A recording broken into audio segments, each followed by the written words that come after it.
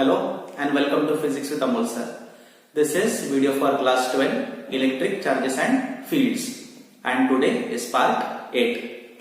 In the previous class we have talked about the electric field of a dipole for a point on its axis and for a point on its equatorial plane. Today we are going to see the following topics. First we will talk about significance of a dipole. Next we will talk about the effect when a dipole is placed in a electric field. Then we'll talk about the Gauss's law of electrostatics, and we are going to see some of the applications of Gauss's law. Okay. Let's talk about significance of the electric dipole. So we discussed that dipole means there are two charges which are equal and opposite and they have a distance between them. So of course we'll ask, is it even possible to hold two charges like this?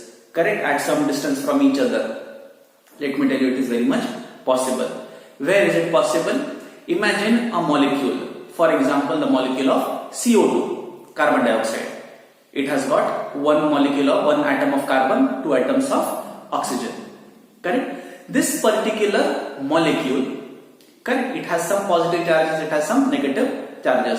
For a molecule like this, the center of all its positive charge and negative charge, it is coinciding. Therefore, net charge on it is zero. There is no dipole. But if this molecule we place in an external electric field, the centers they start getting separated.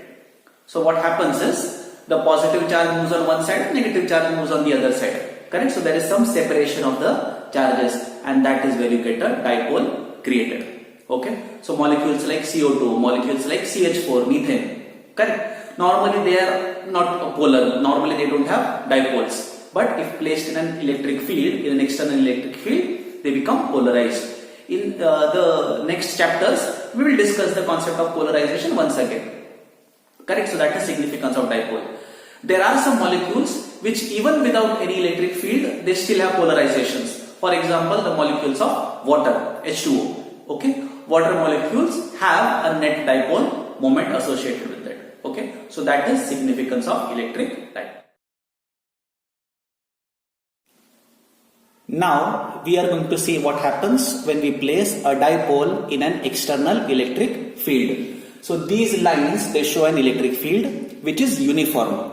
Now you will ask, what is meant by uniform electric field? Uniform electric field means throughout this area the electric field is constant. Okay, it is having the same direction and it is having the same magnitude. How are we going to create a uniform electric field? Again, as I said, in some later chapters we will see it in more detail. As of now, just understand this is an uniform electric field. So uniform signifies the magnitude is the same. Okay, so this is the electric field. This is direction of the electric field. And in the path of the electric field we have placed our dipole. This is the dipole. Okay. The direction is from negative to positive. Okay, so P, this is our dipole moment vector. Now what will happen on this dipole? Obviously we will say it is going to experience some force. Correct? How will it experience a force? Plus charge Q. It will experience a force in this direction. Correct? Then negative charge. This will experience a force in this direction. How much will be the magnitude of this force? I think you remember.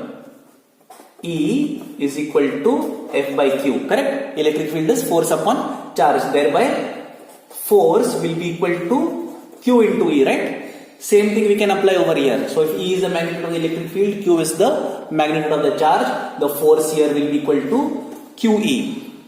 On this side, the force will be equal to QE. You can see that magnitude of both the forces are equal, but the directions are opposite, thereby the total force is going to be zero. Once again, if dipole is placed in uniform electric field, the net force is going to be zero. Okay? So what will happen because of this force? But this dipole will start to turn. Correct? That means there is a torque acting on our dipole. It will start to rotate, correct? So this is the torque that is going to act on our dipole. I hope you remember we studied in class 11 how to calculate the torque. So if we calculate the torque that is acting on the dipole, we will get torque is equal to, first we have to see the magnitude of the force. How much is the force? Q into E. How much is the distance between the two forces? The distance between the two forces is equal to 2 into A. Correct? I think you remember this. So this is the torque that is acting on our dipole right now. This is the torque that is acting when the dipole is placed perpendicular to the electric field. Okay? So remember, if dipole is placed in front of the electric field, net force is 0, but there is a torque that is acting. Correct? You can write this torque as 2AQ into E. Right? And I think you remember this term 2AQ. 2AQ is nothing but the dipole moment vector. So we can write torque is equal to P into E. This is the torque that is acting on our electric dipole. Now, what if the dipole makes an angle theta with the electric field? If the dipole is going to make an angle theta with the electric field, then the torque will be equal to Q into E multiplied by 2A sine theta.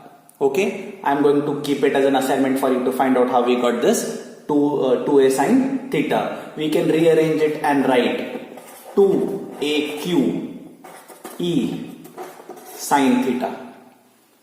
2AQ we'll write as P E sine theta. Correct? And because we have a factor of sine theta, correct, that is giving us the cross product. So we can write the direction of torque now. So direction of torque we can get as P cross E. This is the torque that is acting on our electric dipole placed in the electric field. So here is the equation once again. Torque is equal to P cross E. Magnitude of the torque is given by Pe sine theta. Obviously you can see that if theta is equal to 0, then sine of 0 is also 0 and torque will be 0. Correct? So that means if the dipole moment vector and electric field are in the same direction, the torque is 0. But if the angle between them is 90 degrees, so if dipole moment vector is perpendicular to the electric field, torque is maximum. Okay? So we get two cases over here. What are the two cases? They are called as stable equilibrium and unstable equilibrium. What we mean by stable equilibrium? If the dipole moment vector and electric field are in the same direction. Okay? We say the condition is a stable equilibrium. The torque is 0 and it is a stable equilibrium. But if dipole moment vector and electric field are making an angle of 180 degrees with each other like this, then the condition is called as a unstable equilibrium. Okay, what we mean by stable and unstable? Stable equilibrium will signify that even if some force is given to the dipole, it will still come back to the same state. But in an unstable equilibrium, if we give a little push, it will make a 180 degree turn and attain this kind of angle. Okay, so this is the condition for stable and unstable equilibrium. All this for when the dipole is placed in a uniform electric field. If the dipole is placed in a non-uniform electric field, imagine now the field is non-uniform. Non-uniform means it is going on increasing in this direction. Okay, so the field is going in this direction. So in a non-uniform electric field, the net force will not be 0. Understanding? In a non-uniform electric field, net force will not be 0 and neither the net torque will be 0. Next, we'll talk about the concept of charge distribution. So before this, whatever cases we have seen, we imagine there is one charge or two charge or three charges. Correct? But of course, you will say normally we don't have cases like this. We have large number of charges. So for that, we consider something called as a charge distribution. Okay, so there are three kind of distributions that we imagine. Let us see them one by one. The first one, linear. Okay, so what we mean by linear charge distribution? We can imagine a long conductor, and on that conductor we are having the charges. Correct? So this is called as a linear charge distribution. In a linear charge distribution, we find out a quantity that is called as linear charge density, denoted by the symbol lambda. Correct? And how do we find lambda? We say lambda is equal to delta Q by delta L. Meaning, if in this particular wire we take this much amount of wire, correct? In this part, let us say the length is equal to delta L, and this is holding a charge of delta Q. And there we'll measure the term linear charge density, lambda is equal to delta Q by delta L. You can see the SI unit will be coulomb per meter. This is called linear charge density. Next, we have a concept that is called as volume charge distribution. Correct? So volume you can imagine, correct? We can have any kind of three-dimensional object, correct? It is holding large amount of charges inside. Okay, it has a volume equal to, let us say, delta V. We can find the volume charge distribution, which is given by the symbol rho. Okay, rho will be equal to then delta Q by delta V. This is called as volume charge density, or sometimes we simply call it as charge density. So volume charge density, SI unit will be coulomb per meter cube. And one more we find, that is called as the surface charge distribution. Correct? Surface, as you would have imagined, any kind of surface which has got a surface area, let us say delta S. Correct? So we can find a term called as surface charge density, which is given by sigma. Sigma will define as delta Q by delta S. Correct? So charge per unit surface area, SI unit, will of course be equal to coulomb per meter square. These are the three types of uniform charge distributions. You have to remember these terms: lambda standing for linear charge density, sigma standing for surface charge density, and rho standing for volume charge density. Next, we talk about the Gauss's law of electrostatics. Now, Gauss's law says that the flux passing through any closed surface could be a cube, closed surface could be a sphere, closed surface could be any kind of surface that is closed. Okay, so Gauss's law says that the flux passing through a closed surface is always equal to Q by epsilon naught, where Q is the charge enclosed by that surface. This is the Gauss's law of electrostatics. We are going to accept that without the proof, since the proof is not part of our syllabus. So remember this Gauss law, where phi is equal to Q by epsilon naught. Phi stands for electric flux, Q stands for the charge that is enclosed, and we know epsilon naught is the permittivity of free space. Next, we are going to see three very important questions. These are about the applications of Gauss's law. The first question is, we have to find the electric field due to an infinitely long uniformly charged wire. Okay, this is question number 1. So this you have to consider as an infinitely long charged wire. Okay, so this wire stretches infinitely in the upward direction, infinitely in the downward direction, and it is uniformly charged. Our task is to find out the electric field due to this wire, and we are going to use the Gauss's law to find it. To do that, the first thing we are going to do is make something called as a Gaussian surface. Okay, now let me show you how we will make that Gaussian surface. Okay, so the Gaussian surface we have made is a cylinder. Can you see this red dotted image? Okay, that is the Gaussian surface. In this case, the Gaussian surface we have made is in the shape of a cylinder. You can make a Gaussian surface of any kind of shape, correct? But we have to choose something that is convenient for us. So in this particular case, we have selected a cylinder. We want to find out electric field at the point P, which is at distance r from the wire. Therefore, we have drawn the cylinder such that the cylinder has got radius r. Understood? So this is our case. Then we will also consider the length of the cylinder is equal to L. Okay, so this much is the length of the cylinder, that is equal to L. Okay, so I hope the diagram is understood, and now we are going to find out electric field at the point P. So let's begin. First, let us find out the flux that is passing through our Gaussian surface. Now, some things to remember. This is an infinitely long wire that is having a positive charge on it. So electric field will be radially outwards, right? In this manner, like this and here.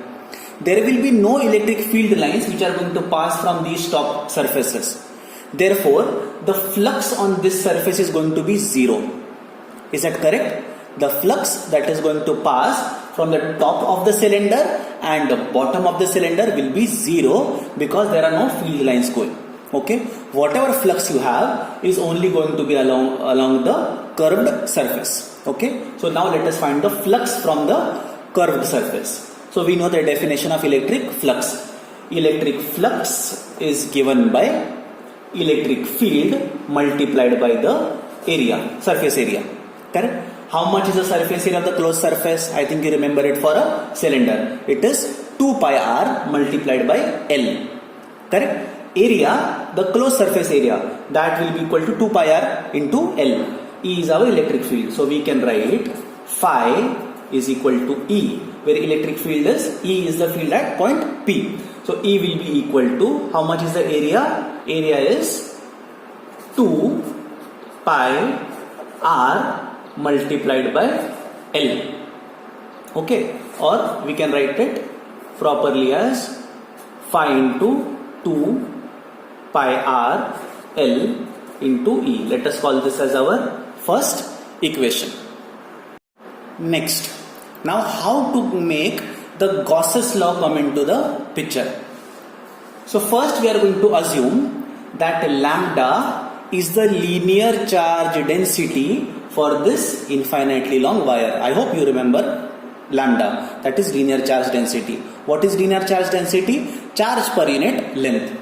So for this length L, let it contain a charge equal to Q. So we will get lambda is equal to Q by L. Correct? Or you can say that Q is equal to lambda into L. Let us call this as our second equation. Is this making sense? Okay, we have the charge that is enclosed in this Gaussian surface Q is equal to lambda into L. And now we are going to use our Gauss's law. What does Gauss' law say? Gauss's law says that the flux is equal to enclosed charge upon epsilon naught. So we will say phi is equal to Q by epsilon naught. How much is Q from equation number 2? From equation number 2, we can write Q as equal to lambda L, and therefore phi becomes lambda L by epsilon naught. Let us call this equation number 3. And now you can see equation 1 and equation 3. We can compare equation 1 and 3. So comparing equations 1 and 3, we can write 2 pi r Le is equal to lambda L by epsilon naught. Therefore, we are only interested in the electric field. So we can write E is equal to, all these things go to the other side. You can see L gets cancelled. Okay. So we will get E is equal to lambda upon, all this comes down. So we get 2 pi r epsilon naught. This gives electric field at the point P. Okay. And what will be the direction of this electric field? The direction will be radially outwards. So we can write the direction of this electric field. We can give a vector n cap, where n cap is radially outwards. This gives electric field due to an infinitely long wire.